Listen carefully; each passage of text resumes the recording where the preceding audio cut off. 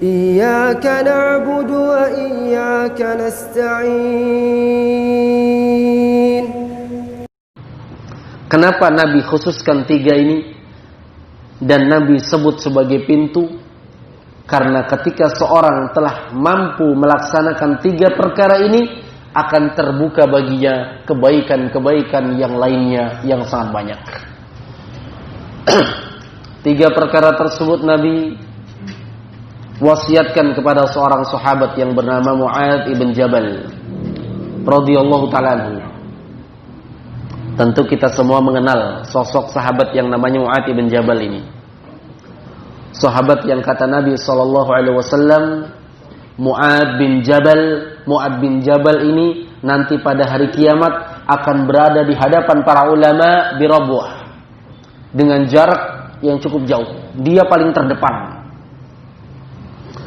Mu'adz bin Jabal yang kata Nabi SAW, a'lamun nasi bil halal wal haram.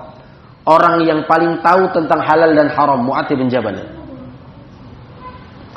Mu'adz bin Jabal yang kata Nabi SAW, khudil Quran min 4. Ambil Al-Quran dari 4 orang. Salah satunya min Mu'adz bin Jabal. Dari Mu'adz bin Jabal. Mu'adz bin Jabal yang Nabi SAW berikan kepercayaan untuk berangkat mendakwahi orang-orang Yaman sendirian.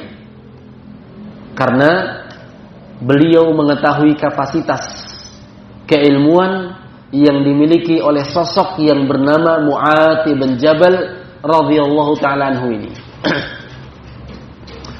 Suatu hari Nabi SAW memberikan wasiat kepada Mu'adz. Ala adulluka ala abwabil khair. Wahai Mu'adz, apakah engkau mau aku tunjukkan dengan pintu-pintu kebaikan? Ini pertanyaan Nabi. Apakah engkau mau aku tunjukkan dengan pintu-pintu kebaikan? Tentu mau. Maka Rasulullah SAW menyebutkan 3 perkara. Yang pertama beliau katakan, asyamu junnah. Puasa adalah perisai.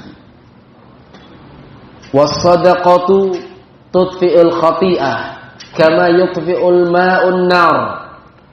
Dan sedekah itu bisa memadamkan dosa-dosa, kesalahan-kesalahan sebagaimana air bisa memadamkan api. Yang ketiga, wassalatul rajuli fi jawfil lail. Salatnya seseorang di tengah malam.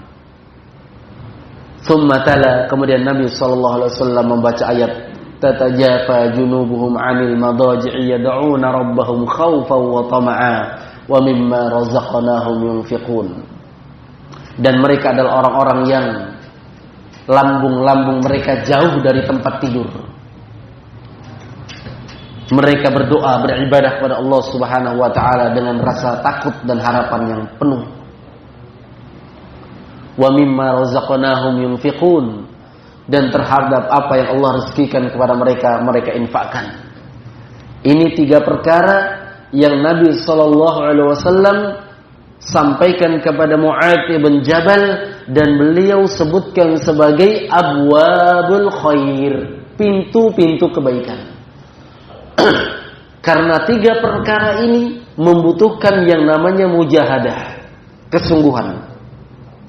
Kapan seorang dimudahkan untuk melaksanakan 3 perkara ini, maka dia akan terbuka baginya pintu-pintu kebaikan yang lain.